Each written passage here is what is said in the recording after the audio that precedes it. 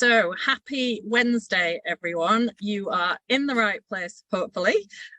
This is a WorkBuzz webinar, and today we're going to be talking about recession-proofing your employee engagement in 2023.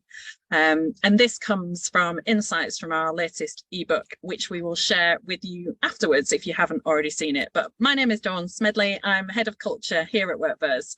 I've worked in culture and employee experience now for over 13 years, and I think what comes hopefully across is that I'm super passionate about helping organisations really improve the employee experience. And our vision here at WorkBuzz is to improve the working lives of 1 million people.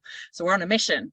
But we do this through a combination of our powerful employee listening platform, which enables you to survey across the employee lifecycle, combined with our powerful people science team, of which Ian is part of that. And they set you up for success by building a strategy. And for us, it's all about asking the right questions at the right time to the right people. But today's webinar is all about how we prioritise employee engagement, experience and culture through challenging times. And as I said, the content is based on our recent ebook, and I'm joined by my esteemed colleagues, Neil and Ian. So Neil is a chair, non-exec director, board advisor, mentor, and heads up our customer advisory board. We're very lucky to have him, and Neil has worked across different sectors throughout his career, most recently as Chief People Officer at HS2. And then we're joined by Ian, who's the co-author of the ebook and is our Senior Employee Experience Consultant here at WorkBuzz. And you've worked in employee research your whole career, right, Ian?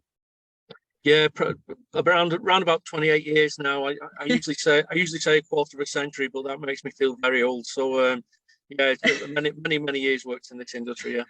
So would it be fair to say that you've both been through challenging times and almost recessions before? Yeah, I mean, I'll answer that. I mean, from working in this industry from an agency point of view, I think it's probably about three big recessions, and the one when we had the financial crash was probably the biggest and the most concerning for organisations, because it was a global recession, and probably one or two other blips in the economy over time as well. But yeah, been through quite a few in my career. I'm very much the same. I mean, I was at work in the early 90s, the 1990 to 92 recession at the tail end of the Thatcher era into the John Major government, and like Ian, also the financial crash. I was actually in financial services when the 2007 to 9 blip happened, and then I was in the public sector thereafter during the age of austerity and downsizing and cost cutting. So I think if you've been in an HR or business advisory career for long enough, you recognise that economic cycles and reorganisation and restructuring, they come and go, and there are ways and means of handling challenging times. And that's what we hope to bring across to all of you today, really, is these learning outcomes, to how to really listen to your employees, ways to build better employee engagement, how to be a better manager, whatever the storm, justifying your employee listening strategy when budgets are tight, and non-monetary motivators for your employees. I wanted to change this up a little bit today, though, if you've been to a webinar before, and everyone on the call, you're going to have your own experiences and things that you're doing that are working well, and we don't know all the answers. So if you are working on something at the moment that you're seeing results with, then please share it, because what we will do afterwards is share that in our follow-up, and we can all learn together, because we've got our perceptions and experiences, but so do you. So feel free to share and ask questions as we go through each section as well, just to give your insights and perspectives, as we're all here to learn from each other. So if we think about, let's start with the question then. So how to really listen to your employees. We've got the impact of Brexit, we've got the war in the Ukraine, we've got the lingering impact of COVID, cost of living crisis, and now talk of a recession. There's enough going on that every single employee at your organisation is going to be feeling the effects in one way or another. So how can HR leaders help here, and how can they help keep performance levels high despite all that's going on in people's personal lives? Do you want to take that first, Neil? Actually, I'll start with a sort of question to the audience, really. I mean, if I contrast what's happening now with those earlier recessions, it's a moot point for me as to whether we're actually in a recession. We actually have the same issues that we had last year and the year before at the moment. There's still 1.1 million job vacancies in the UK, and we've lost something like 700,000 workers from the UK economy since 2020. So the reality is, for employees who back themselves in terms of skills, energy, ambition, motivation, there's still opportunity to progress and move, and that doesn't necessarily mean staying with your existing company. So I'm not entirely convinced that we're in a recession, and/or this recession is going to be like previous ones. So I just think, actually, if you already have in place an employee listening strategy, you may now be thinking about whether you need to double down your efforts on those aspects of the workforce, those key functions, those key people, and pay them more attention to make sure that you don't lose them, and/or they might be the critical populations to help your business through more difficult times if you are seeing a sales slowdown. So I guess my start point would be this, which is, it's sometimes easy to get a bit distracted by looking at the total workforce and looking at the total messaging that you're getting back to them. You might be better off actually choosing to focus in certain areas. I'll just make this real for you. I'm working with a company at the moment that has been growing quite quickly. But I ran a sort of HR strategy conference for them a few weeks ago. And the one thing that all of them reported, all of the divisions, was that they were struggling to attract and retain technology-related IT staff. And actually, there was no strategy across business divisions, business units in that business, focusing on IT specifically. So the key learning was, we've been looking at the woods in total, when we should have been looking at the trees. The outcome is they're now focusing on IT as a critical enabler, and they weren't doing that previously. So that's the message, really. Focus and trees. Yes. Ian, your perspectives? Yeah, I sort of agree with Neil, really.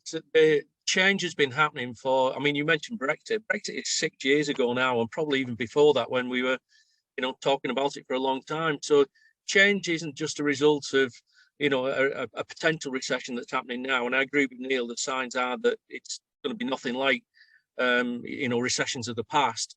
But the change has been happening for some 6 years, all the way from losing workers because of Brexit, losing workers because of the COVID pandemic, changes in people's values around work, and as Neil has highlighted, numbers of people dropping out of the workforce.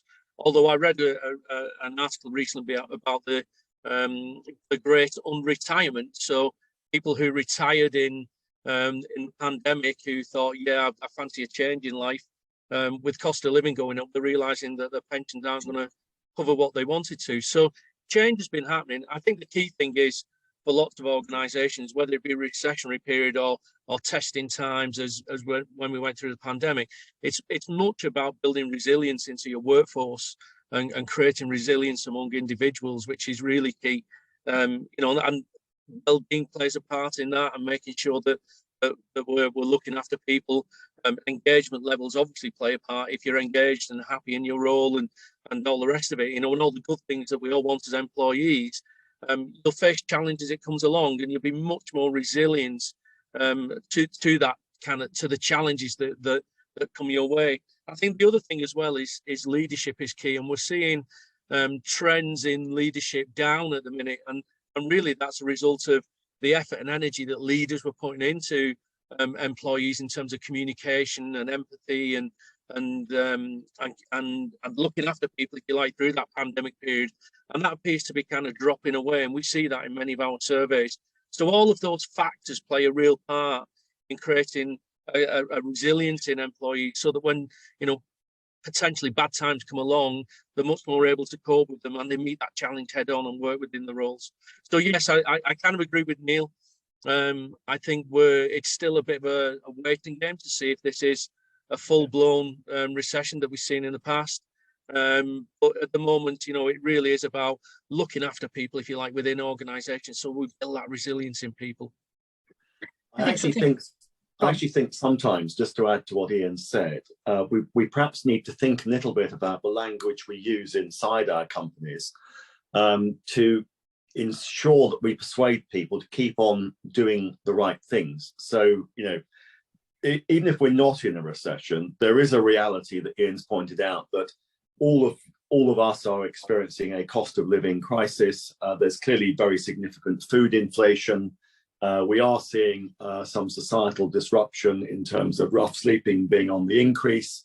So there's clearly stuff going on around us. Whether our company is in a recession or not, it does feel different. So the language I adopt is, if I've always had an employee listening strategy, or if I haven't had an employee listening strategy, you just play into the circumstances with the way you phrase it. So I would now be talking about how to recession-proof my workforce if I was still in a CPO environment. And in that, I'd be talking about the same things that I might always have had in my employee listening or employee engagement strategy. And I'd be talking to the leaders at the company about the fact that the outcomes here are about responding with a can-do attitude, remaining upbeat and determined despite the difficulties, focusing on making a difference rather than moaning about the circumstances, and basically handling greater pressure. So I kind of think the language of we're recession-proofing the workforce, as opposed to we're listening to the workforce,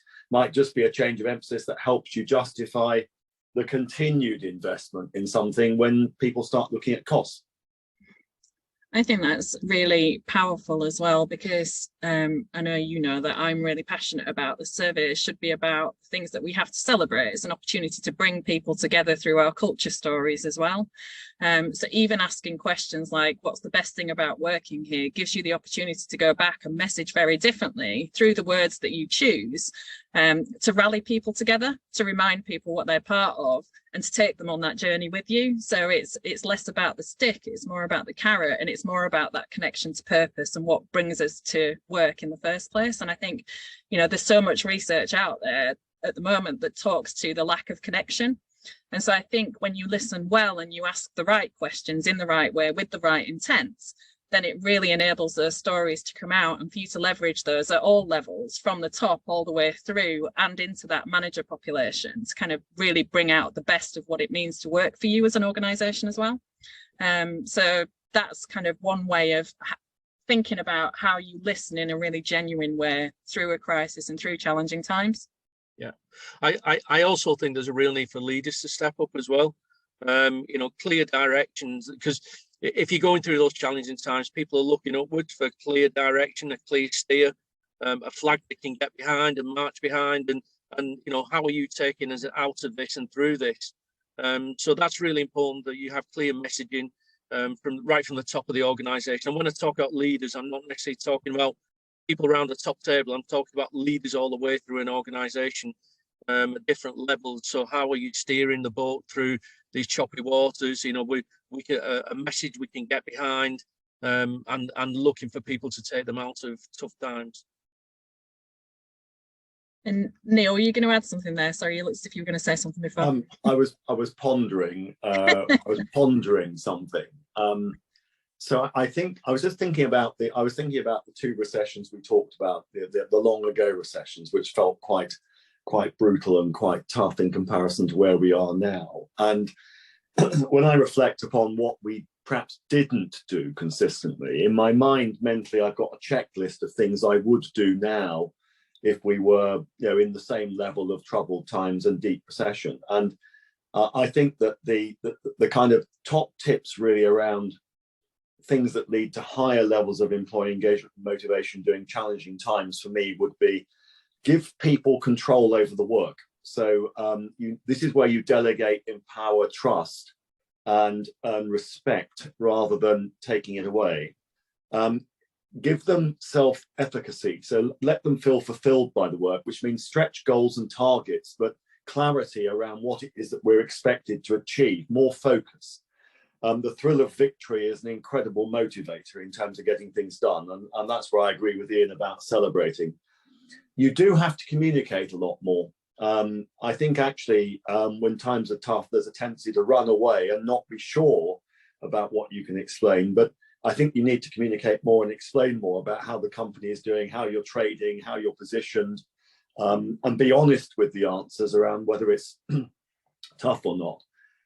I think you celebrate the wins, as you've said, Dawn, and the thing that you're passionate about, because that's how you keep the dream alive. That's how you talk about what will happen on the other side of the trouble. Here is the opportunity to strengthen relationships. So if there is the need for people to work more closely together to achieve things, here's where you put people together and encourage them to communicate and work together more. And the last thing is, and this is something that a boss of mine at Serco Group told me about 20 years ago, and it was slightly flippant. It was kind of never waste a good recession. Actually, here's the time where you can remove unnecessary stress in your organization by frankly getting rid of the ineffective processes and bureaucracy that have undoubtedly been allowed to grow up because they get in people's way. So there's some housekeeping and tidying up that you can do when times are tough that might actually just help you. So that's mentally the kind of checklist of things that I'd arrive at now, having seen this several times over.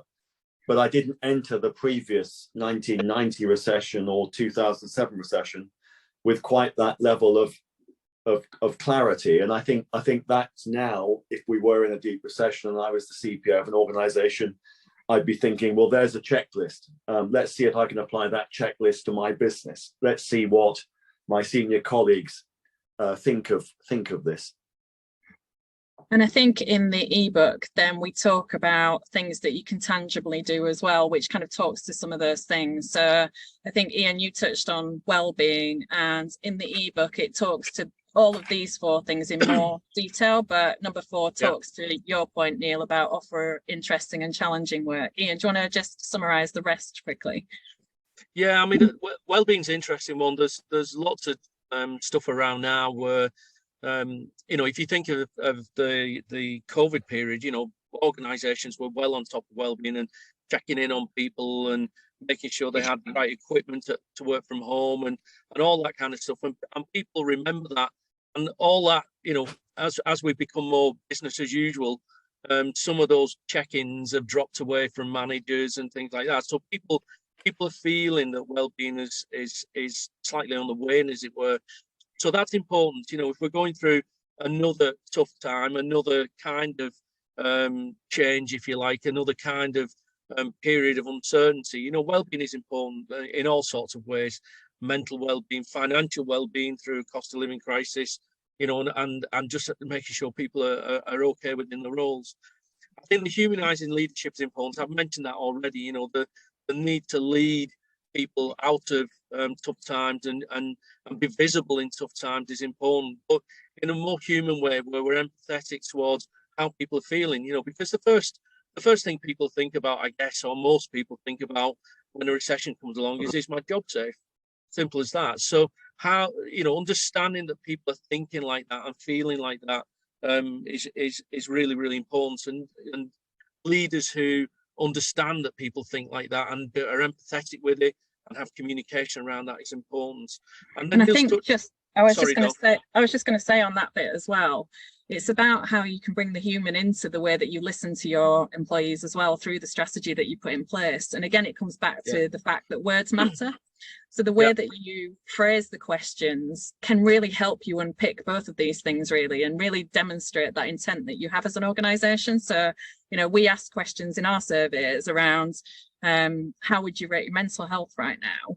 And it's all very well knowing what the answer to that is, but it gives you no context, because well-being and mental health means different things to different people. So even being able to ask a follow-up question that says, what else can we be doing to support you, injects that level of care, it sets that intent, and it really humanizes the way that you ask the questions in your survey, that it enables your leaders to be more human by understanding the context behind the questions that have been asked as well. Yeah.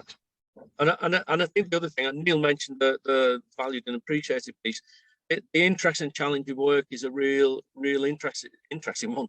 No pun intended. But it's when we did the state of engagement survey earlier in the last year, which WorkBuzz run every year, and we produce a report from that. About interesting and challenging work, and needing to offer that almost as a standard part of the job role, and making sure people understand that as part of the employer brand was well up there in the top 3 things that HR were concerned about. Culture and other aspects of work were also in there, but offering challenging and interesting work that keep people bound to the organisation and keep people driving in the role is really critical, really important. And I've seen organisations do that really well by introducing the ability for people to join special projects. And those are projects that are designed that are cross-functional, that bring people together to work in ways that they wouldn't normally, but it stretches them in ways, it gets them to collaborate in ways that they might not have done otherwise. And that's where kind of real innovation happens as well. So I think that interesting and challenging work is within your job role, but also what are the other opportunities that you can provide for people outside of that gives them exposure, experience, and things that they wouldn't normally do. And that makes them talk about work differently as well, because you're really genuinely providing learning opportunities that are not just that traditional career path up a ladder. And I think, you know, especially for the younger generations coming through, and me, you know, it's that ability to get involved in things and, you know, feel like you genuinely have a voice and the ability to influence what's happening in the organisations that you work with and for as well. And I think you're right in that, Dawn. I mean, if you think of organisations where we are today, they're very much flat structures. So those traditional old-fashioned career routes of going up, promoted up through layers, isn't there for most people in organisations. So that looking at special projects or looking wider across the organisation where you can get involved in different aspects of work life within your organisation is really important. Yeah. My advice looking at these 4 things to colleagues listening in today would be that please don't think about these things as offering a one-size-fits-all approach to your workforce. It depends a little bit on who you're looking to attract and keep in your company's employment. If you are an employer that is needing to attract a very significant number of school leavers or youngsters coming in from university, I use that word because everyone's younger than me, obviously, then actually their views around what the world of work needs to be and their expectations around how you are going to deliver that world of work for them is rather different if you're hiring people, you know, 10, 20 years older or generations older, or rather different if you're looking to attract back into the workforce those people who've disappeared from it and taken early retirement and are now thinking about coming back, as Ian mentioned, due to the cost of living crisis. And just to reiterate, because this is also backed up by research, this happens to be not WorkBuzz research, but I read quite a lot of third-party materials. There was a really good study published by Mercer on the rise of the relatable organization, which covered about 13,000 respondents in 25 geographies and 15 industries. And it makes this point that actually when you're thinking about better employee engagement, you should be thinking about it in terms of your key retention populations, and you have to look at the world through their lens. So when you're looking at your WorkBuzz survey data, assuming you're an existing customer or thinking about using them, one of the things I always found incredibly helpful was that if I really wanted to look at a segmentation of how younger or older workers were thinking and feeling, I could see distinct differences, and I could look at how I might respond against those distinct differences, where sometimes it's just easier to look at it in terms of what a function or a department or a division thinks. So I think you need to cut into the characteristics of the workforce and think about it through a slightly different lens. So you won't find a one-size-fits-all answer under 1, 2, 3, and 4 here if you're thinking about an 18 to 25-year-old population versus a 50 to 59-year-old population. So you have to think about it. You have to go where the data takes you in terms of the concerns to respond to. And the intersectionality of the data is key as well, that ability to combine, because, you know, sometimes it's not just age, it's also kind of where you work in the business. There's all of those combinations that really bring to life the very different employee experiences that people feel on a day-to-day basis. And to your point, it enables you then to tailor the messages in the right way to the right people. So I think, you know, that data gives you that richness and that opportunity. But let's move on to the second learning outcome that we were looking to address today. So that was around how to be a better leader or manager, whatever the storm. So our managers are often the closest to the front lines in any organisation. So what role can they play, and how can HR leaders help prepare them for still being great managers in tough times? And again, just a reminder to our listeners, if you've got anything that's working really well, feel free to pop it in the chat and I'll share it. And if you've got any questions as we're going through, I will interrupt our lovely speakers and ask that question for you. So feel free to put them forward. But going back to that, let's think about managers. And for me in particular, I think managers get a bad press sometimes. So how do we support line managers by knowing what they need? How do we ask them as part of our employee listening strategy what they need as we're going through challenging times as well? So I've asked you a million questions there, Ian. Try and make sense of the questions.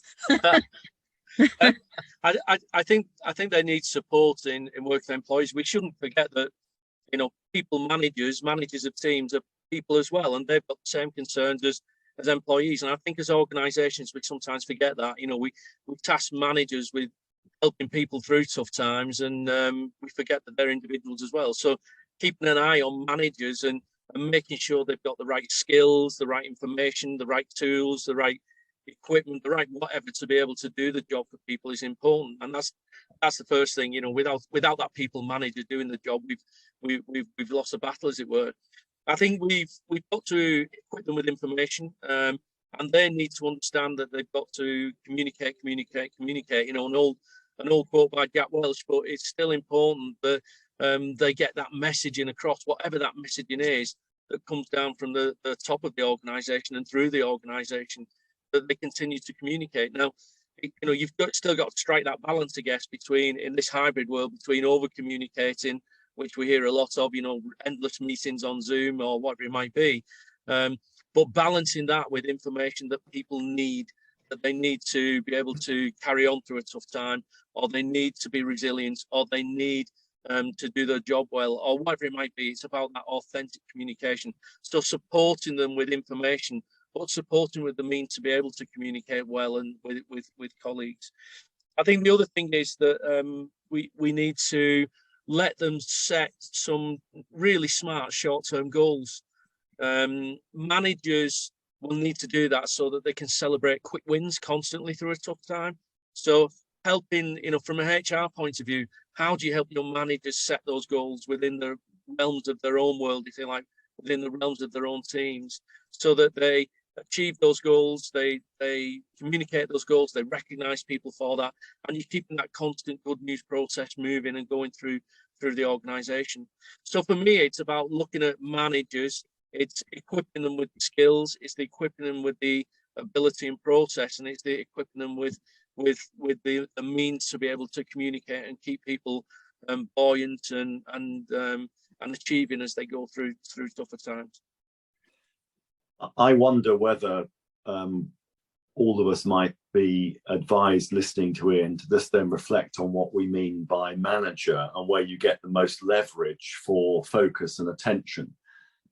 It was my experience in corporate life, and it still is my experience now advising, that actually, if you want to get a lot of traction on anything done in your organization, rather than think about manager, you ought to be thinking about what I'd describe as the frontline supervisor. There was a recent Harvard Business Review article on this, and basically frontline managers probably make up 50 to 60% of your total management team, and they're probably directly managing about 80 to 90% of your workforce. So if you happen to have a 7-tiered management structure, apart from the fact that that's going to make the organization non-agile, slow, hierarchical, bureaucratic, and unlikely to have all sorts of other issues in a downturn, the reality is you may as well cut out 6 tiers and go straight to the frontline supervisor and ask them what help and support they need in order to ensure that they're managing and motivating the vast majority of your workforce, because they're the critical point of success or failure for you, aren't they? They're going to be asked to manage bigger teams, You're going to be asking them to ensure that everyone is productive as possible. This is where the customer interface often happens. So I'm kind of in a, if we're going to invest in management to get more done, invest in the right definition of management and the right people in the organization at the right point in the organization, and it will work better. We also know that those frontline managers, though, are not all equal, if you like. We know that some are fantastic communicators, fantastic motivators, fantastic managers, but we also know that we've got people who are in those managerial roles because they're fantastic at the job they do. Not all can be great communicators. So again, if we're looking for what we need to work with people on and assist people, to ensure that those frontline managers, people managers, whatever we want to call them, can help people through these periods in time, we do need to make sure, as I said earlier, about the skills. Just assess these people and what help do they need, what assistance do they need to make sure they're still able A, to do the job well, but B, to assist people through that process. We know that not everybody's equal, not everybody's a great communicator, not everybody is a great motivator. So what do they need help with in this? And do they have the kind of, the permission, if you like, the psychological safety around them to be able to shout up and say, I need help with these different aspects of work life, and how do we support them? I think one of the things there was something quite interesting in this Harvard Business Review study that I've just quoted, because it used language that I found quite intriguing.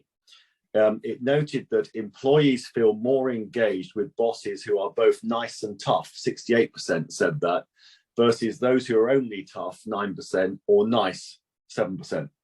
So I was left thinking to myself, I wonder what nice and tough means. But if you could define that and bottle it in your organizations, there's clearly some answer. And my own definition would be, tough means that they ensure that decisions are made and that accountability and responsibility is well defined, and that people get recognized and rewarded and or treated from a performance point of view fairly, and even exited if they're not delivering. And nice means something around trust and respect, and dealing with people in a way that's appropriate all the time, not running away from actually having honest conversations. But that nice and tough, apparently that's what employees are looking for from managers, and I thought that's interesting as a definition. That was Mr. Millen, my French teacher. I think if we think back to, the people that probably are the best for us, they are firm, they set good boundaries, so you know where the line is, but they're very fair, and they absolutely celebrate success when they see it as well. But it is around boundary setting, it's about fairness, and it's about consistency. And I guess it all comes back to psychological safety. So Mr. Millen, if you're listening, there's your call out.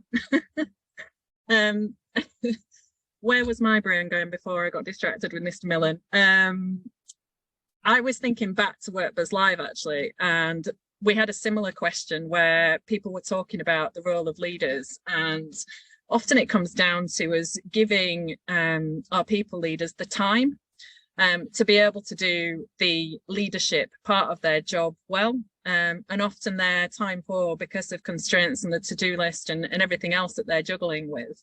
So it's how we create the space and time to enable them to weather the storm, almost, to look after their own well-being, but also be thinking about the teams around them.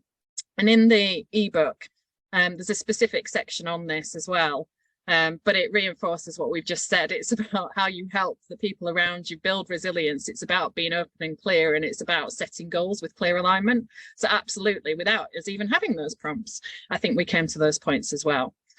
So next question, what should organisations be thinking about when putting together upcoming surveys? So should they address issues like the cost of living head on, or is bringing it up an unnecessary trigger? I think there's more subtle ways of getting to the answers, to be honest, within surveys. So if you're asking questions around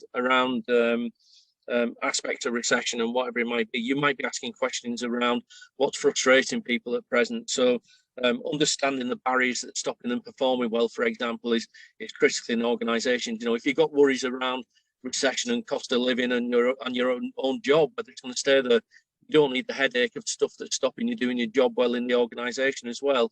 So understanding barriers to frustration, I think, is a good way of doing it. I think the other thing as well is understanding flight risk. We're doing a lot of work with organisations at the minute, looking at attrition and flight risk within organisations and identifying the triggers of that by different teams within organisations. And once you start to understand those triggers, you start to understand concerns around for employees around what's pushing them out the door, as it were, or what's making them think about walking out the door. And that's really key, because we know that attrition and retention of employees has been key for most organisations over the last year.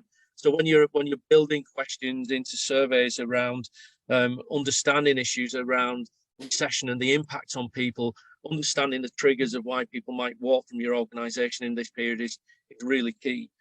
And I think the other thing, I guess, is the bigger drivers around culture. We know that culture sucks people to organisations. You know, great cultures draw people to them like kind of moths to the flame, as it were. But also bad parts of culture can also push people away. So questions around that will highlight where people see your organisation not performing as well as it could be within a recessionary period or a tough period of time. And culture is as you know, we've said this in the past in terms of some of the other studies we've done. Culture really is your secret weapon as an organisation in terms of keeping people and also in terms of attracting people to you. So for me, I would be asking more subtle questions. Perhaps you might want to get to some of the wellbeing issues, and perhaps you might ask more direct questions there. But certainly about understanding the bigger pieces around culture and how the outside world and what's happening in the outside world is impacting your culture. I would ask more subtle questions around that to understand it. I'm with Ian on this, Dawn, but my own response to this is it kind of depends what you think your employee listening strategy is. If the only component of employee listening is a survey tool, and therefore you ask questions of people and they respond, well, that's fine as far as it goes. But my practical experience of being an HR director is that actually I would be getting feedback on the employee experience through multiple sources. It would come, for example, through candidates in the hiring process. It would come, for example, through people leaving the organisation and exits.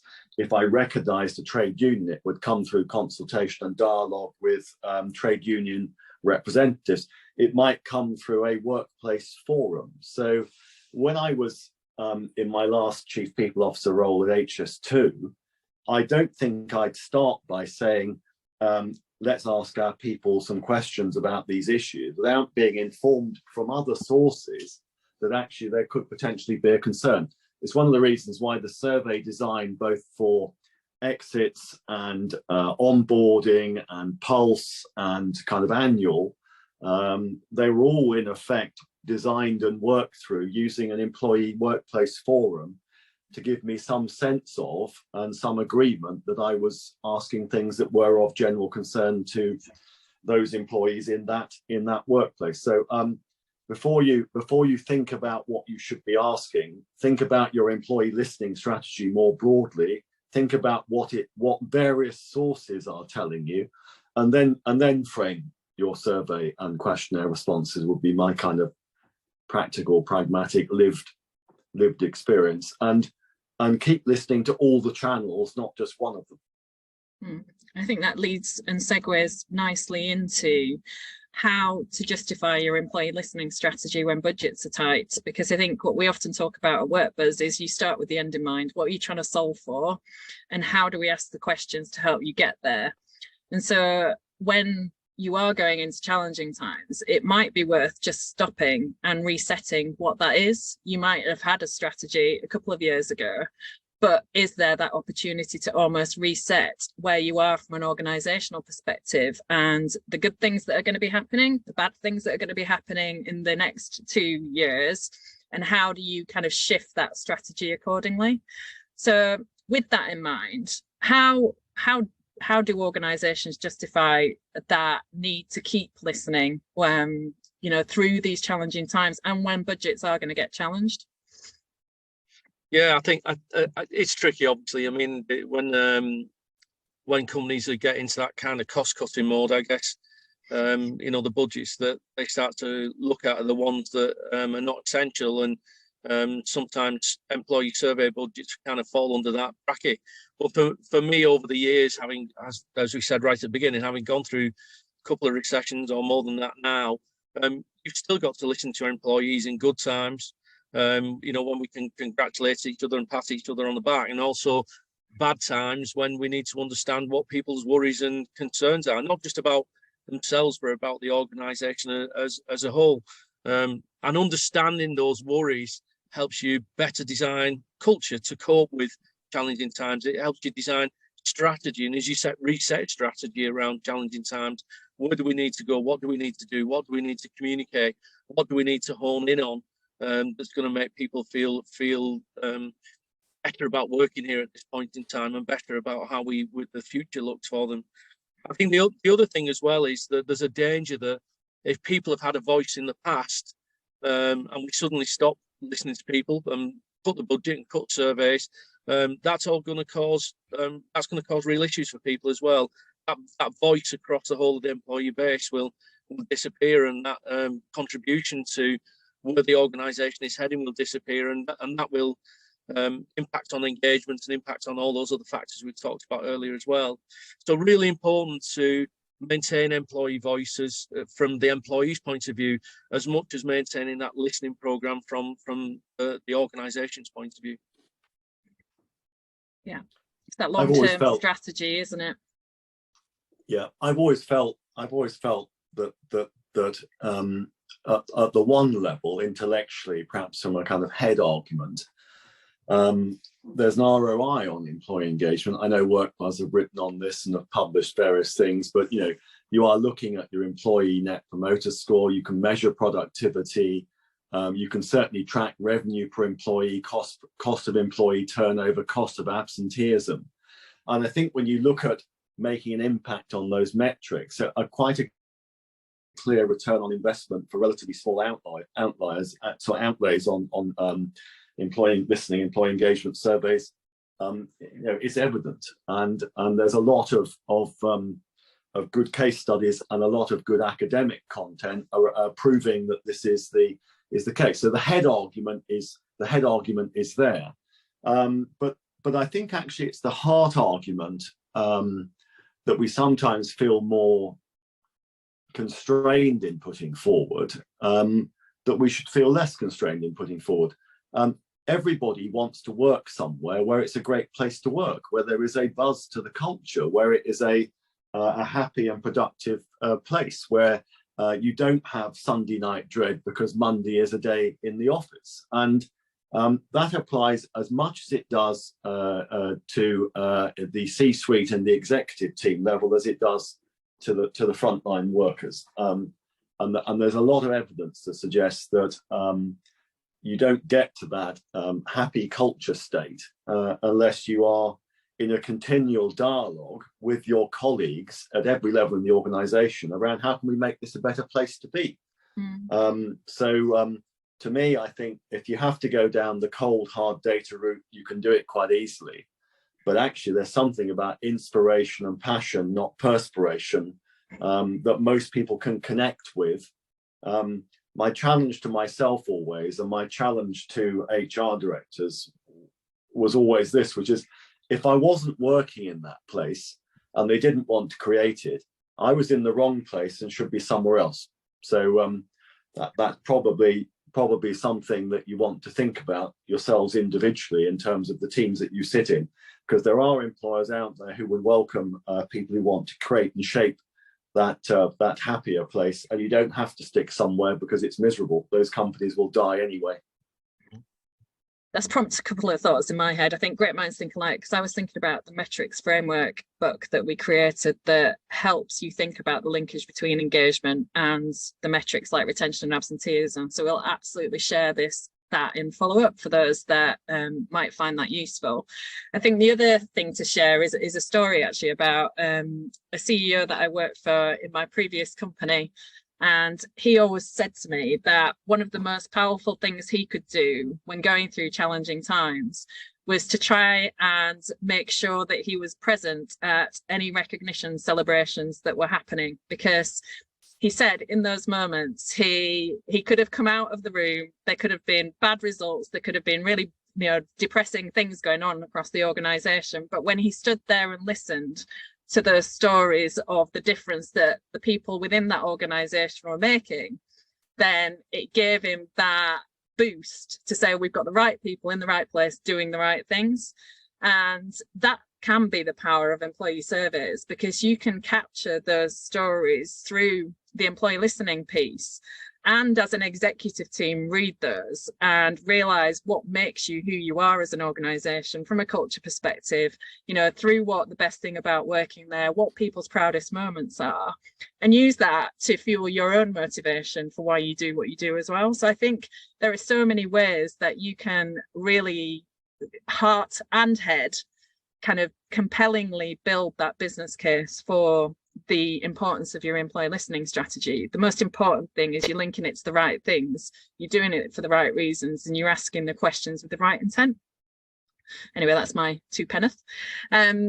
Just conscious of time, we have got about 10 minutes left. So one of the final things we were just going to touch on is that obviously when there are challenging times, there are things that we can do that are non-monetary, right? There are things that we can do that don't cost the earth, that can really help improve employee engagement, experience and culture. What could we do? Any suggestions around what we could do so that we don't break the bank? Just to rattle off 3 things that you think we could do. And then if anyone has any questions that they want to ask, if they want to pop them in the chat now, then I can cover those after the guys have given their perceptions on this. Perspectives, not perceptions. 3 things. I'm going to highlight a couple of things Neil mentioned earlier, actually. Empowering people, I think, is really important. Giving people, where applicable, there's a rider on that, I guess. But give them some control over their own destiny, in terms of where the organization is and where it's heading. Empowerment is a real driver of engagement. It's a driver of satisfaction. It's a driver of motivation. It's a driver of most things, to be honest. So people feeling empowered within their own role is critical. I guess the other thing for me is as well, I mentioned it earlier about removing frustrations and barriers where we can, particularly as again in tough times, I guess. People have bigger worries than stuff that's just getting in the way of them doing the job well. So if we can remove any barriers or frustrations that they have, that's really important. And I'll throw one more in. I think one of the other things I think we need to instill in people, and yeah, actually we do it really well in WorkBuzz, is getting people to think like owners, and how they drive the business as though it was their own and their own little bit of the world within organizations. So making savings and efficiencies where they can, innovating within the role and helping people innovate around them, continually looking to improve what we do. People start thinking like owners within their own part of the organisation, within their own part of the world. You sometimes get, you sometimes work through tougher times much quicker because they get to innovate, they get to change things, they get to they develop coping strategies of how to get through times that are challenging. So they would be my 3. I think I would pull out. I'm not sure mine are as clear as that. I think my own experience is double down on the culture. So this is where if you have values, I would strongly recommend sort of values awards and recognition ceremonies and services. HS2 did that quarterly and created quite a sense of connection with the organisation through doing it. I then think that actually line managers, that the most sensible thing they can and should do is never miss an anniversary, a birthday or a work service day, and make sure that's celebrated in the team. And that could just be as simple as the cakes to celebrate, or other healthier foodstuffs to celebrate those little personal milestones. And then the third thing would probably be, I do like, in tough times, I do like the idea of galvanizing people to see if they can improve the organization. So That's where your ideas, suggestion schemes, and recognizing people for putting forward ideas that will improve the company's performance and productivity. I think you bring those in as well. And of course, nothing is more powerful than the thing we can all do all day, every day, which is to find opportunities to thank people in the moment. That is the most powerful motivator you can do for anybody, anywhere, about anything. Agreed. As a former appreciatologist, then that's something that's very close to my heart. But like we said, some of this stuff doesn't have to cost anything. If you're a larger organization, then it's just triggering your HR system to let people know that someone's anniversary is coming up or their birthday, and then giving people the opportunity just to know that that's happening if they don't know already. So there's so many things we can do. We actually wrote a blog recently about the non-monetary motivators that are there. So we will also share that in follow-up. But that's it from us, really. We've covered off the learning outcomes from today, hopefully. Hopefully it's given you some thoughts, some insights, and just so you know, we've got some new articles available on the WorkBuzz website. So justifying an employee listening strategy under financial pressure, 3 ways to be a better manager, and preparing your people for a recession. This content bridges from the ebook, so we'll be sharing that in follow-up, as I said. We've also got another webinar on the 6th of March, which is going to be a really different type of webinar for us. It's going to be a panel of clients with deskless employees. So we've got 5 guys, we've got Balfour, BT, Vinci, and we have... who's the other one? Remind me. My brain's gone blank, but we will let you know and include the invite into that as well, so that you can take part, because there's nothing better than hearing this straight from an organization who is really thinking about how they build those connections with deskless employees as well. Or whistle. Thank you. Yeah. Whistle. Thanks, Haley. So I'm really excited about that one. There'll be lots of different perspectives coming. So if you can join us, it's at 1 o'clock GMT, Monday, the 6th of March. And then one more thing to share is that we will follow up with the webinar recording from today, links to the additional resources we mentioned, the registration link for that webinar, and need anything else, please contact us at hello@workbuzz.com. But a big thank you to Neil and Ian for joining us today and for giving their insights, and hopefully you have got something out of it as well. So thank you very much for joining. Bye. Thank you. Bye. Thank you.